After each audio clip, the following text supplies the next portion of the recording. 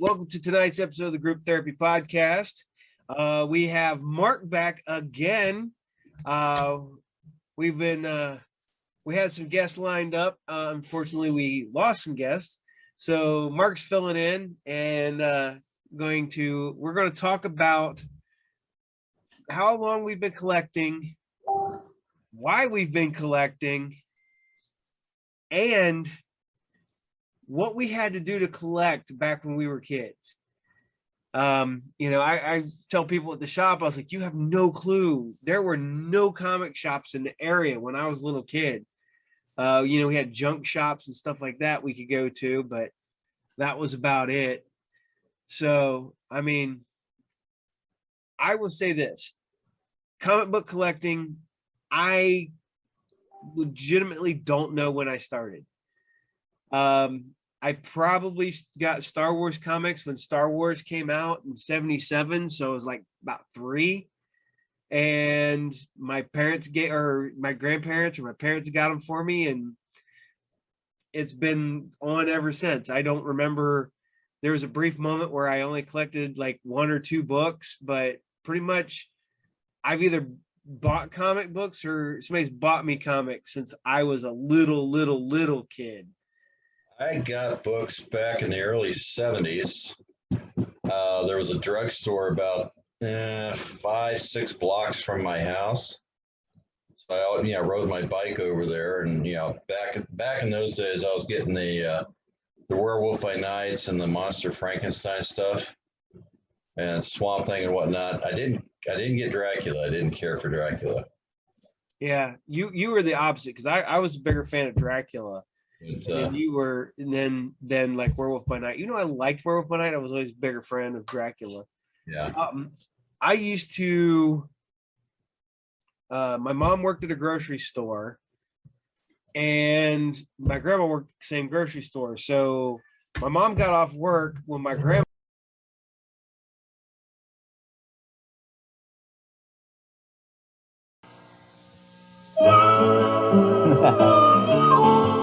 I've been crazy for you, girl, since we were terrible too. In a butterfly shrink to fit a 501 blue. Now our bodies blew up different, and I love your ways and means. Cause Levi's always understood it's all in the jeans. All kinds of Levi's are on sale now at JCPenney. Come on in and celebrate American style.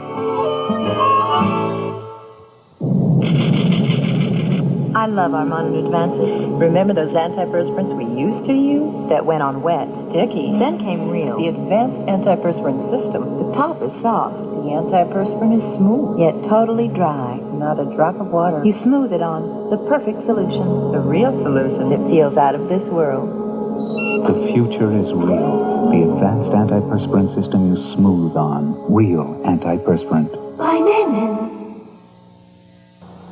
Super Go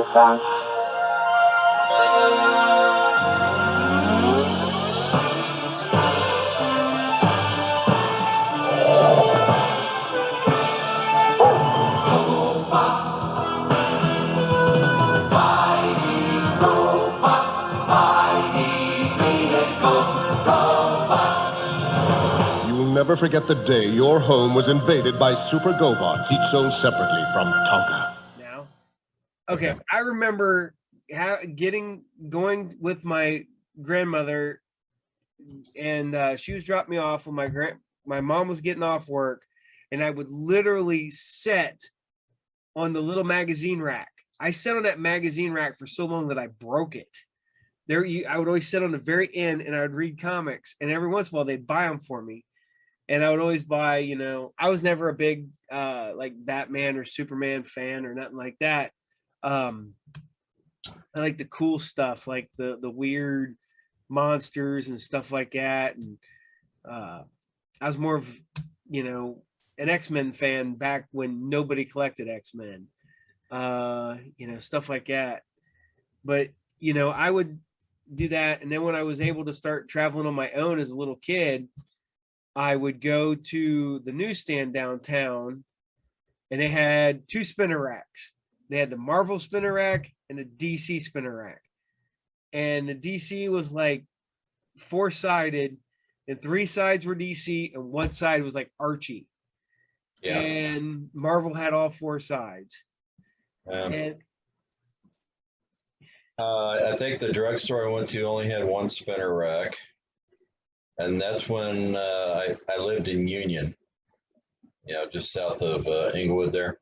mm, There was no other place to go back then that I knew of, but then again, I was a kid. I was in 2nd grade, 3rd grade. I couldn't go very far. no. Moved to Troy, over in Westbrook over there. There was actually 3 places to go to for comics. There was another drugstore, which sat on the corner of Main Street and another road. Little Caesars is in there now. I think is it Little Caesars? The pizza place, whatever the hell it is. Yeah. There was a grocery store in the next plaza over. It was called Pangles, I think. They actually had a bookcase where they put all their comics on. And they kept that back by the meat department, actually, back in the corner. And then there was a Stop and Go, which also had a spinner rack.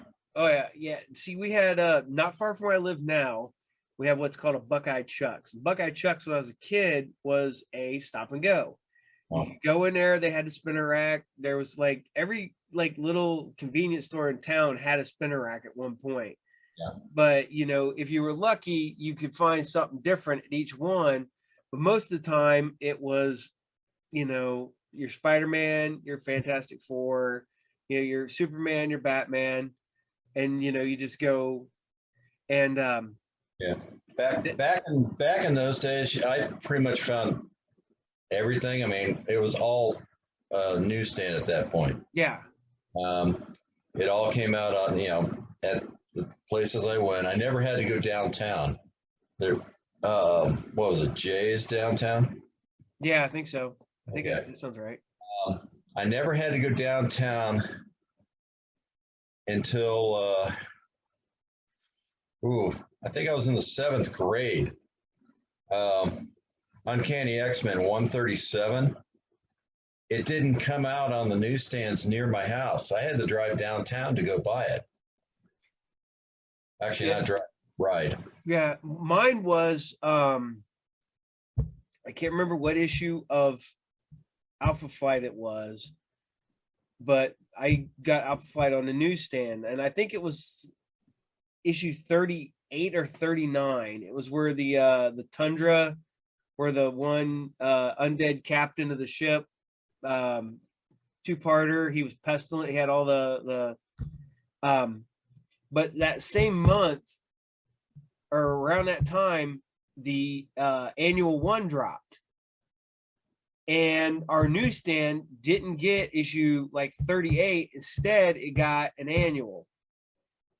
And so I had to spend, I couldn't tell you how long, because this is, I lived in Piqua.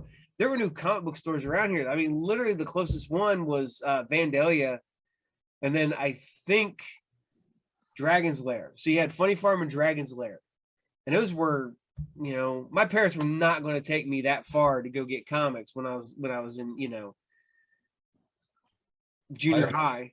My parents never took me down to Vandalia for comics. No, it wasn't until I got much older, and then it was only if we were driving through, they'd let me run in, and that was occasionally. What was really cool was my dad and I would go Saturday afternoons, and we would go to the Dixie drive-in or the Dixie flea markets, because Dixie had 5 flea markets. And there was one flea market, if you went all the way in the back, in the very back corner, the dude had comic boxes, and they were on a shelf like this, and had them so high, but they were all 10 cents a piece. Yeah. So I would go in there, and I'd always spend $5 every time I went, and I would get ROM, a stack of ROM. I would get Battlestar Galactica, Star Wars, GI Joe, you name it, I would just pick it up because they were 10 cents a piece. And I Well, would, you're talking the mid '80s. By that point, I was driving. yeah, see, I wasn't yet. Uh, Because there is an age gap between Mark and I. What is it? I just turned 47. You were your birthday was not too long ago. That's bad. I spaced on your birthday. July 6th. July, yeah. Yeah, because you're July. That's right, because you're with everybody else's. Everybody's birthday's in July. But yeah, but let's see here. 2 years prior to that, I didn't have a vehicle. That's when New Teen Titans, the second volume came out, direct market only. You can only go down to the Funny Farm to get it, yep, basically. Baxter book, wasn't it? What they called it back then? I think they called it a Baxter book, yeah. Although I think that's what Marvel called theirs. DC called theirs just direct market or something. I don't know. Yeah, because it was something to do with the printing process that changed from what went on the newsstand to what went direct market. When New Teen Titans #1 was supposed to come out, the week it was supposed to come out, I think I was 17 maybe at the time. I rode a bike down to Vandalia, and this bike had no seat. So I'm pretty much standing the whole time down there. Get down there. It didn't come out that week. It got delayed. Oh, geez. I had to ride the bike all the way back. I want to say about that time. So about the time then, that's when StarQuest opened up in Troy. Right. Because I started going there, and I'd buy Swamp Thing and stuff like that. And that's when the guy was like, hey, you like Swamp Thing, you'll like this new book called Watchmen. And I bought all 12 issues and didn't get it because I was a kid. Yeah. I actually,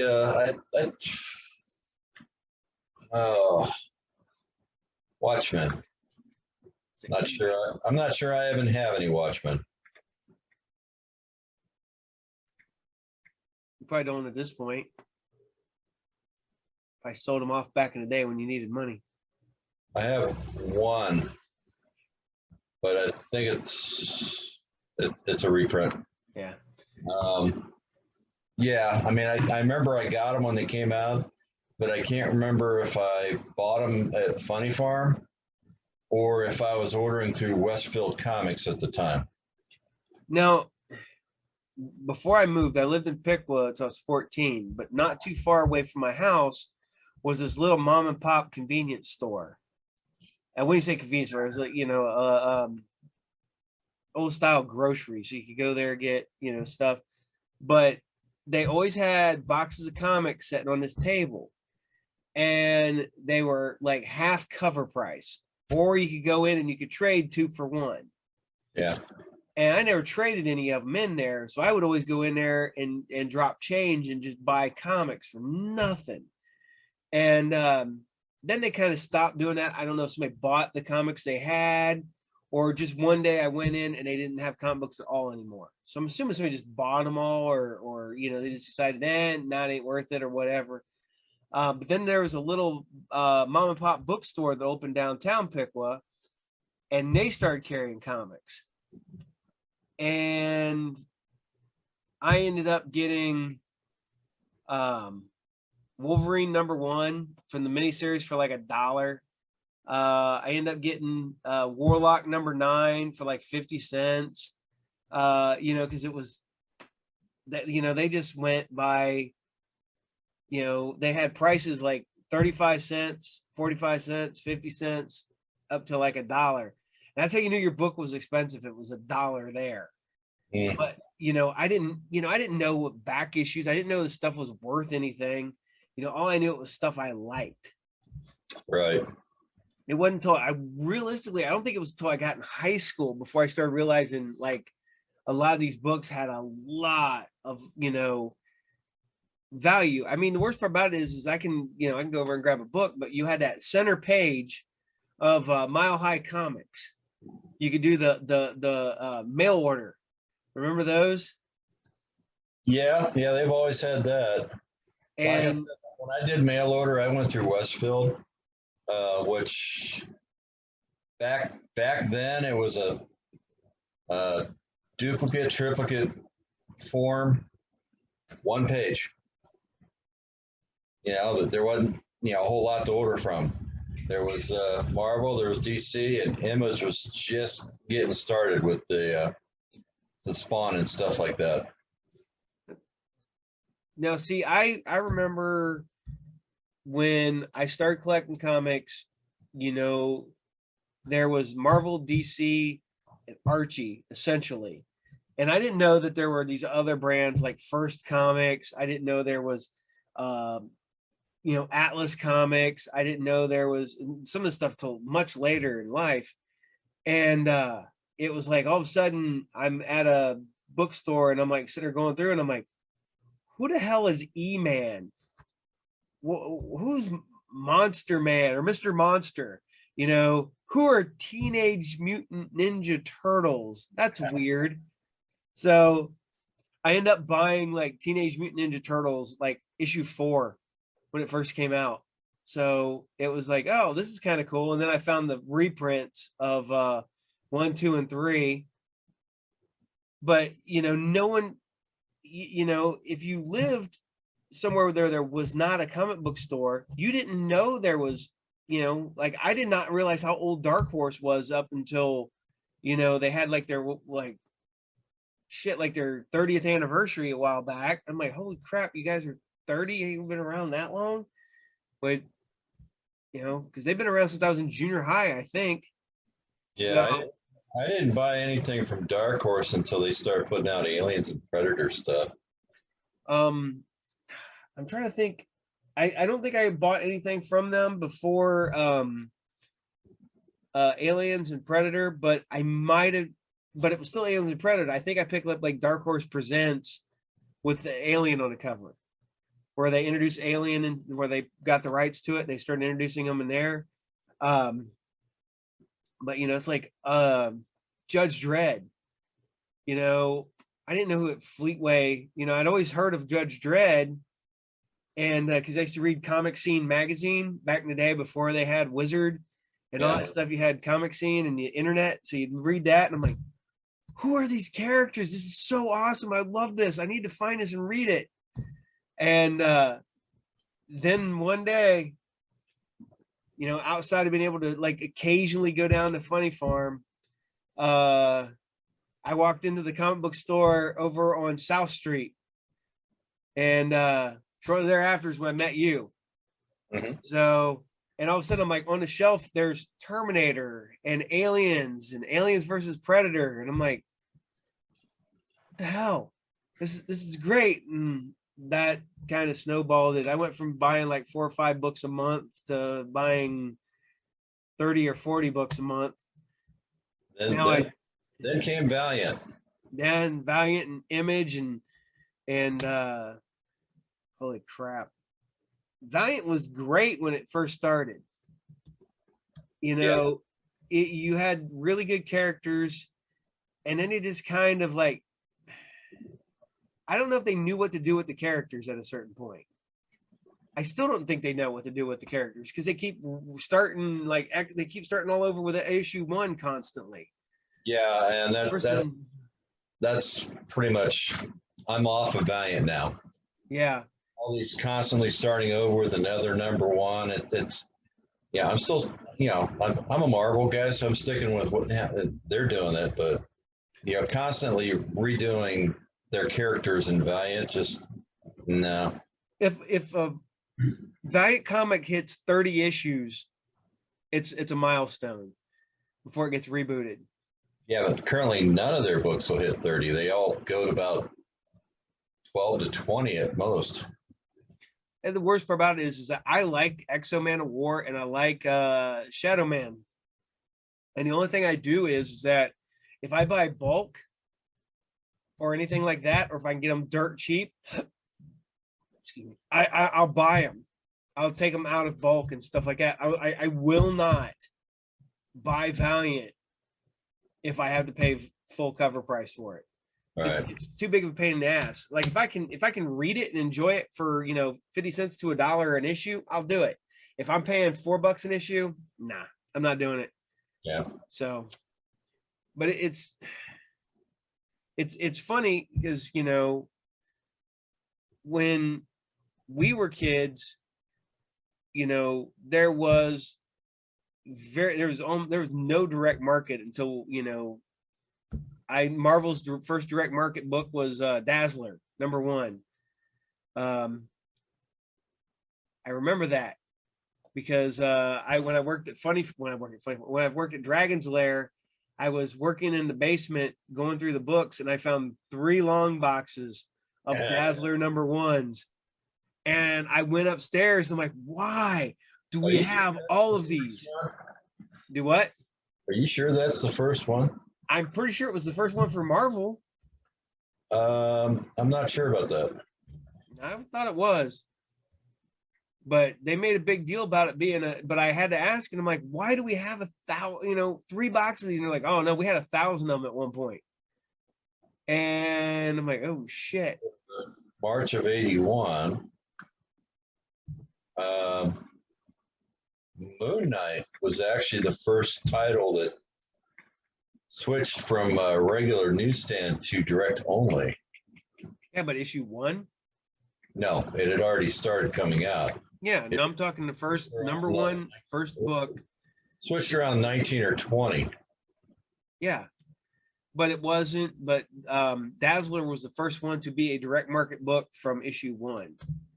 Yeah, but they didn't price it like a direct market book because I remember when Moon Knight went to direct market, the price went to $1 or $1.25. I'd have to look that up. I think it went to $1 if I remember right. So I was collecting Moon Knight as a kid. I'm actually missing issue 19 of Moon Knight, so somewhere in that time frame. Damn. No, but, Dazzler was 60 cents. That was 50 cents. Was it 50 cents? Yeah. I don't have that phone floating around here. I can't look it up real quick. Moon Knight was like DC's New Teen Titans, except instead of doing another volume, they just made it a direct market thing instead.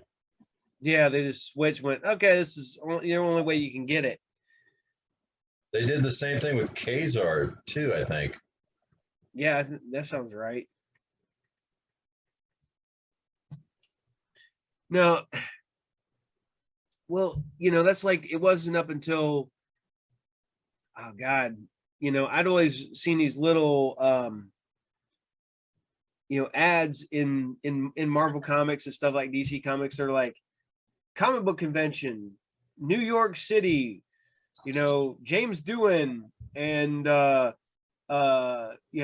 Kubert are going to be the guest of honor. And I always thought, oh, that would be so cool to go to. And, all we had was flea markets. If we were lucky that some guy would have boxes of comics just shoved in like milk crates or some shit like that. Actually, late 80s, I did go to New York conventions because I was working for Troll and Unicorn, but he mainly just did the creation conventions, the sci-fi ones. Yeah. So, there might have been, I didn't see much in the way of comics there, but as far as meeting people, you could still meet, other people. The one that I remember going to it was billed as the Two Captains. And my boss at the time, he let me break away from the table to go see Patrick Stewart on stage. Yeah, I think the first convention I did was either with you or Bill, and we did Zanesville. I was part of Zanesville. Yeah, Zanesville was always great. It was a mall comic Think book we were, show Uh, just outside of the college. still met. I think we were hooked up with Mike at the time. Yeah, that seems about right. But we would go and we set up over there, and that's when I first started doing comic book shows. All right, this doesn't help me at all. I just know John Romita did the first 3 issues of Dazzler. So, oh yeah, think- Dazzler was supposed to be a multimedia extravaganza. Yeah. I think the big thing on Dazzler, it might have only been available in comic book stores, but it wasn't priced at like a direct market book. And it was coming off that introduction in X-Men. So everybody was like, this is going to be a really hot character. Yep. Which is why most stores ended up with way too many copies because it kind of fell flat. Yep. Well, Yeah. it was supposed to be. It lasted 40 some issues, but still. God, why can I only find the facsimile cover? Okay, here we go. Ah, there we are. 50 cents. It was a 50-cent book. Right. There we go. And up until relatively recently, it was a 50-cent book for issue 1. Now it's actually got value. I remember the first time that book went over $1. I was like, are you really? Dazzler #1. Real? That's what we're selling. Okay. Then it hit $5. And then it hit $10. And I think it's like $20 now. Not there's anything wrong with it. Enjoy it. Shit. Although what's funny is that me and you go pick up those packs at Walmart, those 3 packs. Yeah. I remember going to like Rinks, Kmart, like Woolworths, and they had them polybagged 3 books. And that's where you got like the Whitman reprints of books. Well, yeah, there was the Whitmans for the DCs. The Marvels, it was that diamond Yeah. thing for where the price was at and the issue number. Yep. Because back then it was real easy to find like a 3-pack of Star Wars comics. Yep. You could get 1, 2, and 3 for $1. And you could get Battlestar Galactica for $1. Yeah. The first 3 issues. I got one a while back, and it was 3 packs of Disney comics. So it was a Gladstone, and one of them, because it was still sealed and had a Alice in Wonderland #1 in it. That shit was like $100. I think A-Team, Marvel had that 3-issue A-Team series. Yep, that's why it was made like that. Yeah. I looked that up. It was made, all 3 issues came out on the same day, so that they could release that 3-pack at department stores. So those 3 packs were at like Kmart and Woolworths and Big Wheel and Rinks and other stores that don't exist anymore. Yeah, and there used to be other stuff. I mean, there was Spider-Man 3-packs. Yep. I got a lot of issues of Defenders in 3 packs. I can see that. I think I got the first 3 issues of Crystar in a 3-pack. But I think that was because it was in the probably packed to put in the toy department with the action figures, along with like G.I. Joe did that too. Yeah. G.I. Joe had the 3 packs, but I don't think it had anything to do with like, I think they were just polybagged versions of books that they'd already come out. So same way with Star Wars, G.I. Joe, Transformers, all those licensed product books got released in packs that they'd put in the toy aisle. Yep. Back when they still put comic books in toy aisles to cross promote, the toys and the books, because, hey, you're collecting the G.I. Joe toys. You might read the G.I. Joe comics, or you read the G.I. Joe comics, you might want to get the toys. Now it's like, hey, let's take all this stuff out of the store and we'll just put the toys, if we even carry toys, in this corner. Well, what was bad is I did a subscription for a while through both Marvel and DC. And Marvel was great. Marvel, I got, I can't remember how many years I got X-Men. The only shit part about it is I lived in the country, so when they would get my when I would get my mail, it was folded and shoved in my mailbox. Oh, So yeah. there for the longest time, all my books had a crease down the center. Yep. The favorite way of shipping books back in the day was just put a brown wrapper around it and ship it. Now, see, the funny part about it is none of mine were like that. Mine were in a poly bag, shitty poly bag, with 2 thicker pieces of white paper on both sides. The book, and mind you, is just sliding around. It's not covering anything. Yeah. It's got your little sticker on it that tells you where that's getting delivered. And Back when I was older, I think my grandparents or my parents or somebody bought me a 1-year subscription to Justice League of America. And every month they came with just a brown piece of paper, oh, it's not, like not even really sealed. I mean, I don't no. see, It just you just I'll see how pull it it's and safe. slide it out, and then I have a year's worth of New Teen Titans, and I Yeah. have a year's worth of Tales of Teen Titans, and they're still got their sleeves on them. Yeah. And I was like, well, part of me wants. I mean, they're the stores for sale, but do I keep them in the sleeve, bag them aboard them so that they come with the sleeve? So, but I just never put them out for sale, and I don't know why. Excuse me. Wake up, Mark. Long day. Definitely a long day. Thursday's going to be a long day for me too, because I got to get up in the morning and take Tina's car down to Troy. So you gave me that money today. yeah, I put it in my pocket. yeah. Then I went to the mall, had lunch. Went to the store. Let Cassandra go smoke, and while she's smoking, I opened up some packs. Of course you did. And instead of putting the wrappers in the trash, I put them in my pocket. Then when I got next door, I took the wrappers out of my pocket, put it in the trash, my little box of trash. Mm-hmm. Yeah, I'm gonna have to check my trash tomorrow. I think I put the $100 in there too. You better check it. Because I'm at the drug, Kroger, picking up the prescription. I'm reaching in my pocket. I'm not feeling anything. And the only, I had the wrappers in the one pocket, or that piece of paper you gave me in the other. Well, if it was in the right pocket, it might have fallen out on the floor behind the counter there. So what I need to do is go check my shop, because my $100 is still sitting at the shop. It might still be sitting there, accruing interest for me, I'm sure. They got to sell me another book to get $100. I didn't want to sell that one, but I needed the money. Yeah. Anyhow. Everybody has to sell books to make money from time to time. They do. I've sold my entire collection off multiple times. I've sold nearly my entire collection a couple times. I've always kept a couple boxes of books. Because the one thing I won't part with is my run of X-Men.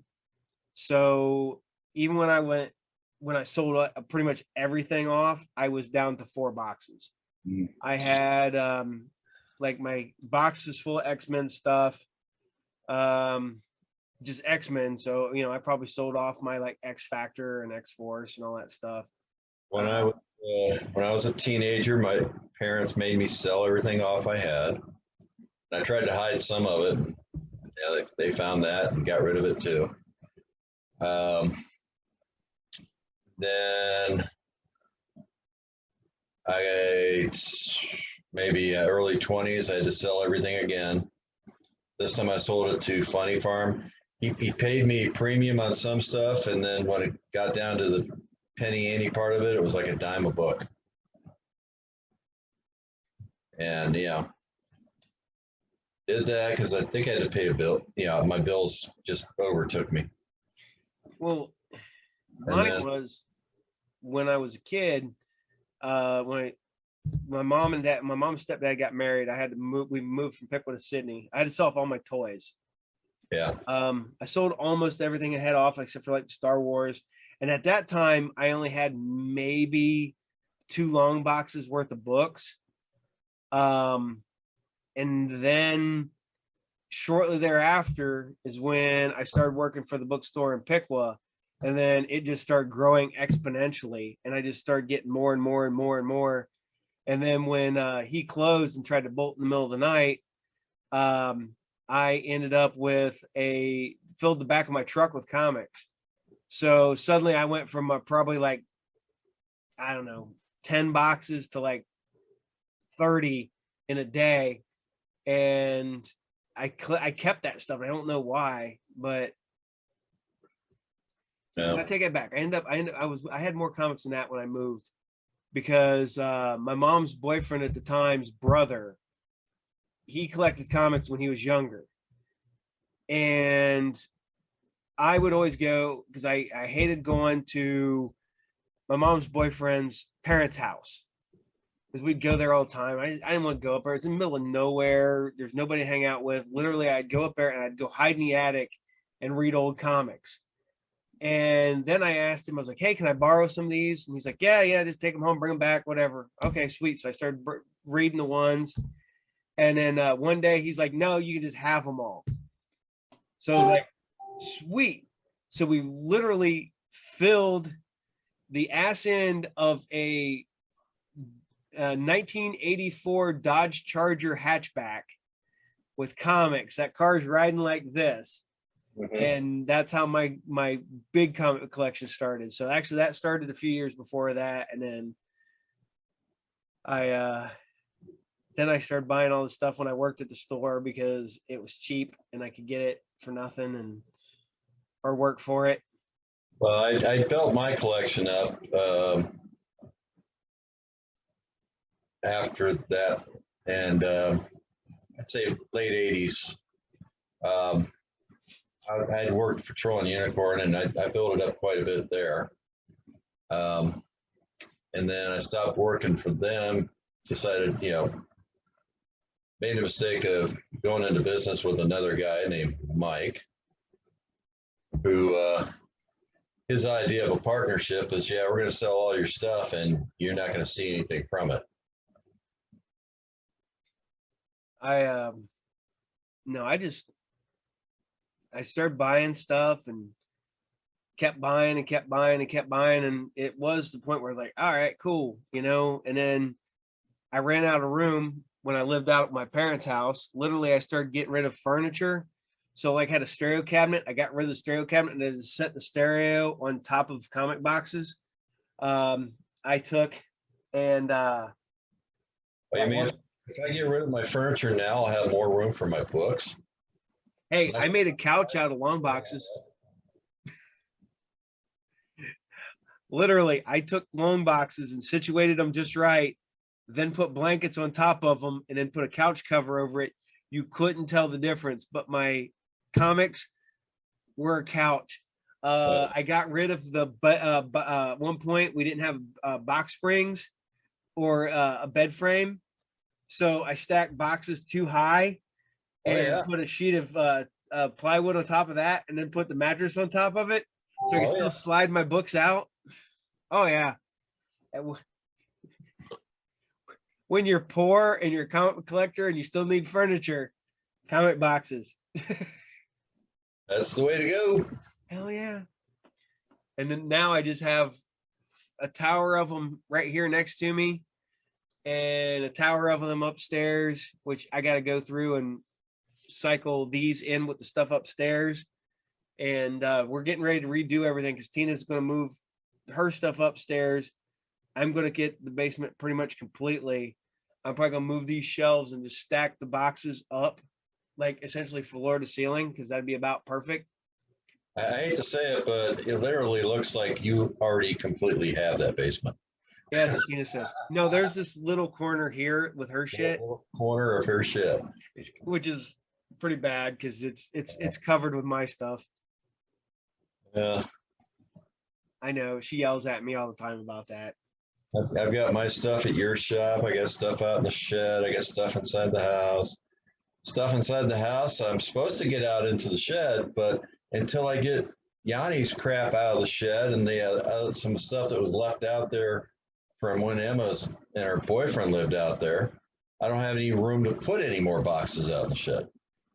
Well, we'll just do what we did that last time, Mark. You just back your truck up and I'll throw all the trash in the back of your truck and we'll just take it to the dump.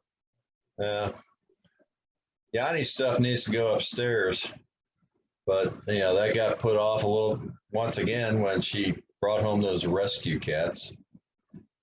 Rescue cats. By the way, anybody want a kitten? That's right. I have 9 of them. That's why you're a cat hoarder, Mark. Cat hoarder. Any one of them you want. Nope. I got 2 of your old cats. That's fine. That's as much as I'm going to get. Okay. Well, I'll keep trying. I know you're always like, hey, you want a cat? Your kids are moving out. Do they want a cat? No. They didn't latch the door today. And then, I guess when Rick came back from dropping off Yanni, the door was open. Yeah. Even with the door open, I can't lose any animals. You found all of them? Yeah. The dog didn't even go outside. It couldn't have been open long. Your dog tries to make a break for it anytime that door is open. I agree, but I don't know. Couldn't have been open long. It probably was closed until just before you guys got there and maybe the wind blew it open or something. I don't know. I was here the whole time, but I let the dog out. I got something to drink this morning, went back to my room. And I never went back in the kitchen. So if the door was open, I didn't know it. You guys need to put a spring on the door. I mean, a screen? Spring. So when the door opens, it'll go closed. Yeah. It don't take nothing. You just put a spring on it and 2 eye bolts and Here another year or so, we might have to actually get another door. It's got no protection from the elements, so it's starting to rot. It's starting to rot. Yeah, we used to have an awning above there, and we just never got another one put up. It's a lot of work, Mark. It is. That you cannot do. That I cannot do. That's right. Yeah. See, that's what's nice. I can replace doors. Yeah. But nah.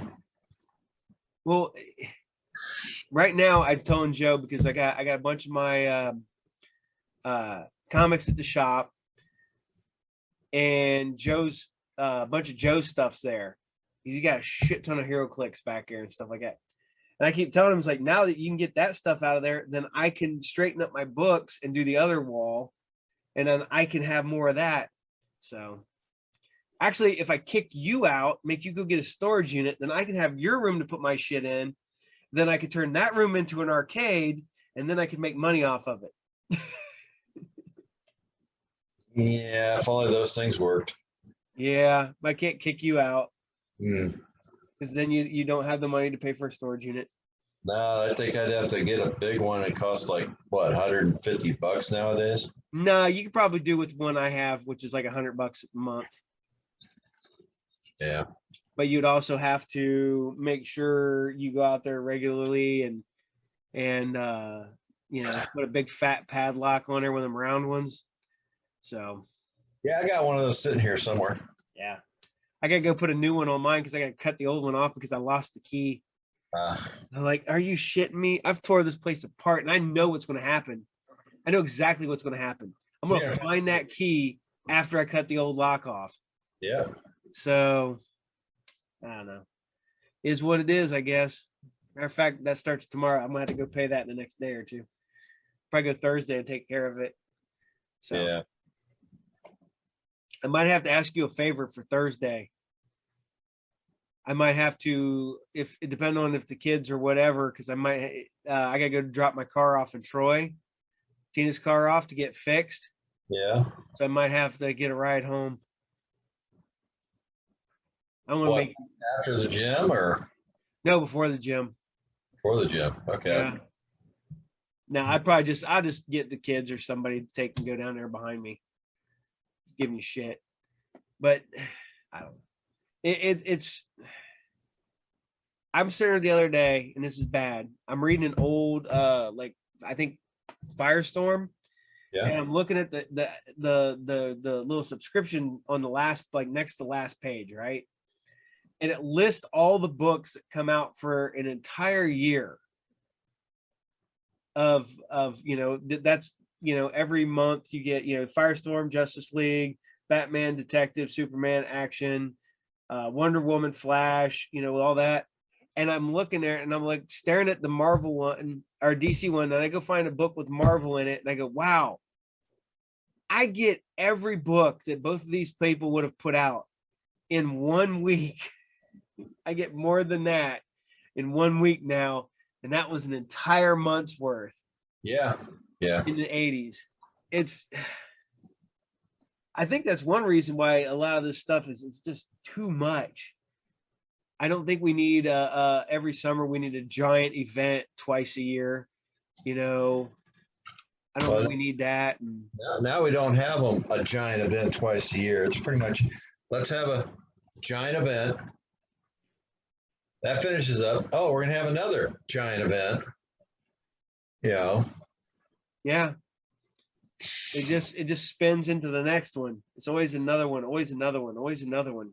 The last thing that Marvel did was Extreme Carnage, which really was not a giant. It was a series of one-shots for each symbiote character, but it didn't have any crossovers, didn't have any tie-ins.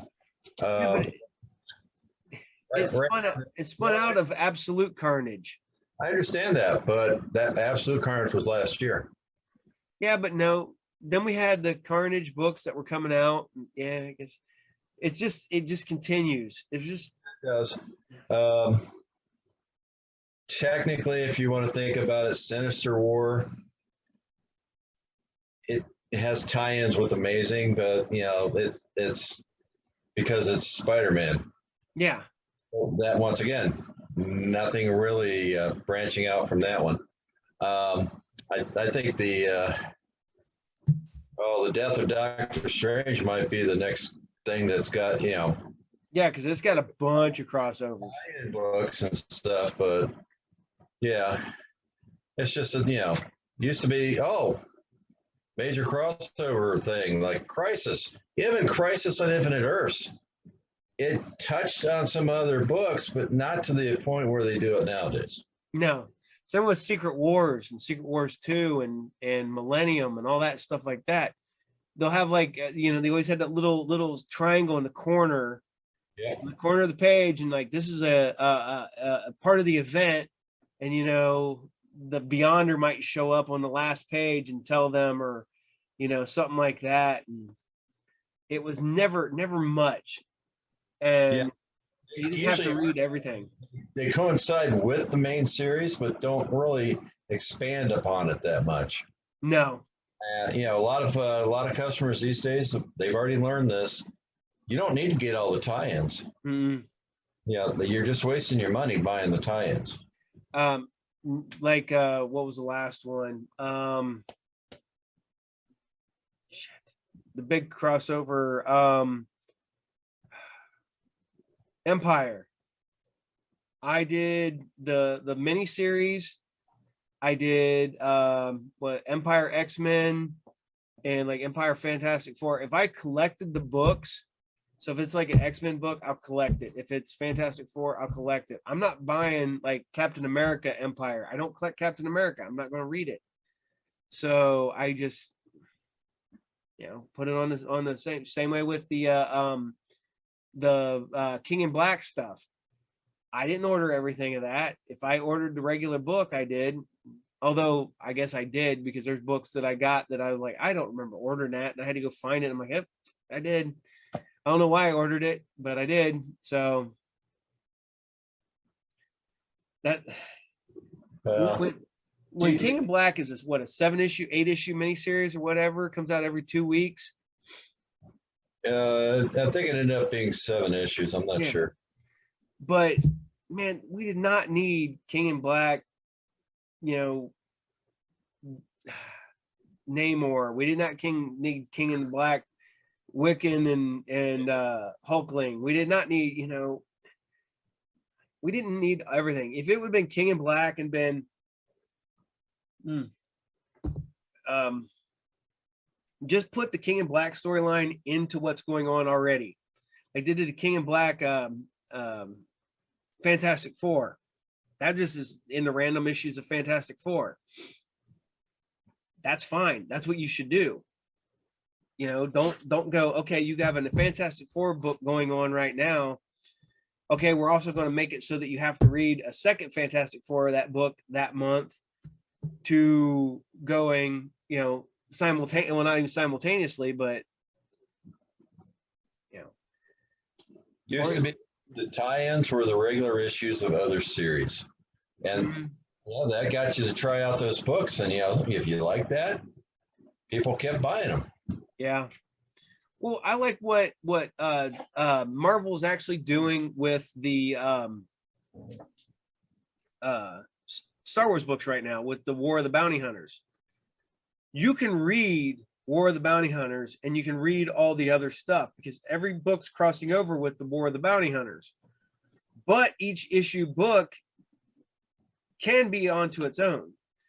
You don't have to have, if you're not reading Dr. Aphra, but you are reading Darth Vader, yes, them books do cross over, but you don't have to read Dr. Aphra to know what the hell's going on in Darth Vader. Right. But you also don't have to read Darth Vader. You don't have to read Dr. Aphra. You don't have to read regular Star Wars if you're just reading War of the Bounty Hunter, because that's a story onto itself. Right. So I like that, because that's how you should do a book. And then they're not doing, you know, War of the Bounty Hunters, and then you get the Bounty Hunter book, and then you'd have a War of the Bounty Hunters Bounty Hunter book.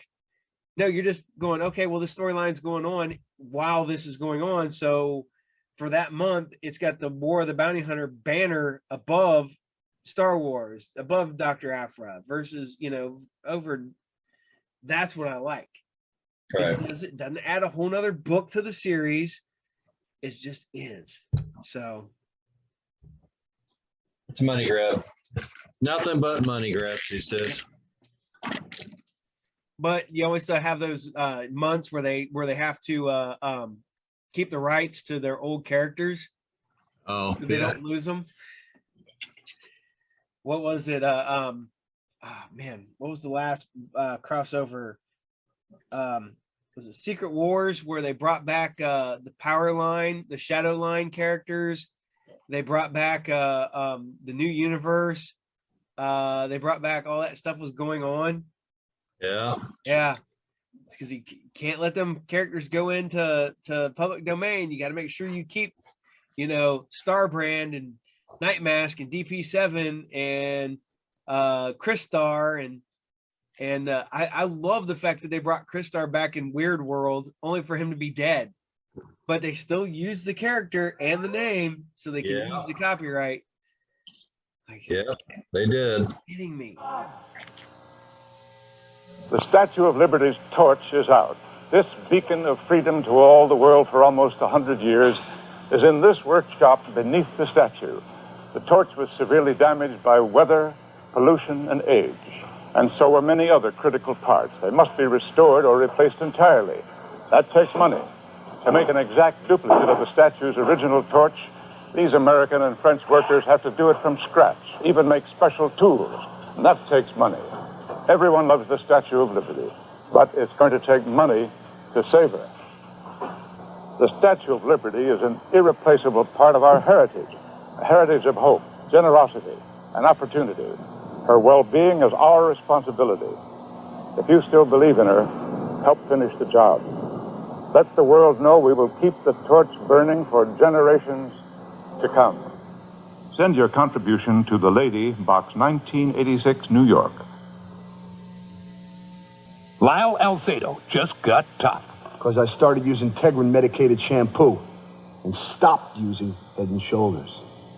No more pretty shampoo for me. Tegrin's tough. 4 times tough. It's got a special ingredient that tackles not only your everyday dandruff, but all 4 major causes of flaking and itching. Tegrin does more than Head and Shoulders ever could. So for a man's... And a woman. Tough defense against dandruff. get 4 times tough with Tegrin medicated shampoo. Perfect spring water. This'll show Starkist my good taste. But Charlie, honey, Starkist wants tuna that tastes good. Sorry, Charlie. Starkist selects only prime tuna fillet and packs it in natural spring water for good taste naturally. Charlie, you're all talk. I don't have that problem. Sometimes she wants attention, or she wants to go out and she's not very subtle about it. She just gets up underneath my hand and is like, pet me, pet me.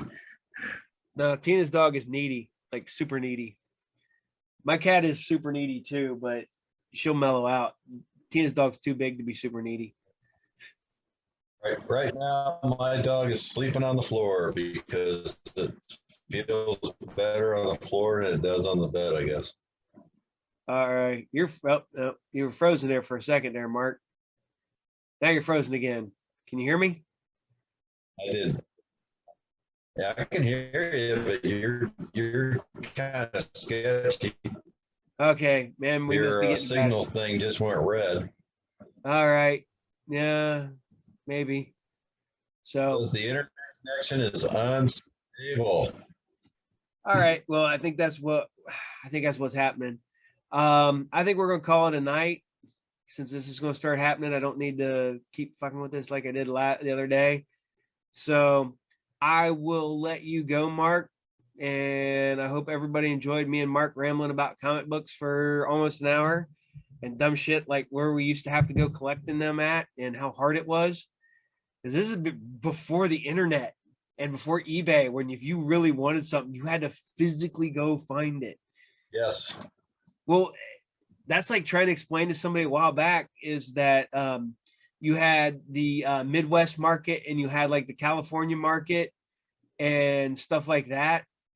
I was like, you could buy a copy of Howard the Duck here in Ohio for like $5 to $10. You took that shit to California, it was $50. Or you took it to New York and it was like $40.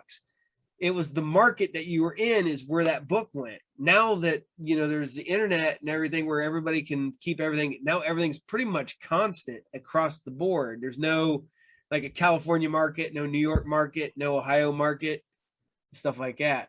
Right. I guess on a smaller Cosmo, I'm different, but it's not even that big of a difference. Because I definitely sell shit a bit cheaper because I sell by Pickle prices instead of Dayton prices. So, but not by that much. I remember us doing shows back in the day when we could sell stuff for higher in like Indiana than we could in Columbus, or we could sell stuff, that we couldn't sell in Columbus in Toledo was higher up there than it was in Cincinnati, stuff like that. But it wasn't, all that fun stuff. Right. But all right. Well, I'm gonna let you go for the night and I will probably talk to you tomorrow. Did you lose that list or did you still got the list? I got it. Okay. I think it's out in the car at the moment. Yep. Probably won't be going down to anyone's places though, since I got to find that money. Okay. Well, if you find the money and you go, let me know, and I will. If not, I think I'm going to pick up some books Thursday before I go to a concert. So it's cheap enough. I'm going to go ahead and pick them up. So. Well, he charged me $5 for the last team book I got, so it's whatever Pete's charging. Okay. All righty. Well, I'm going to let you go for tonight, and I will talk to you probably tomorrow, Mark. And you have a good night, man. Yep, you too. See ya. See ya. Bye.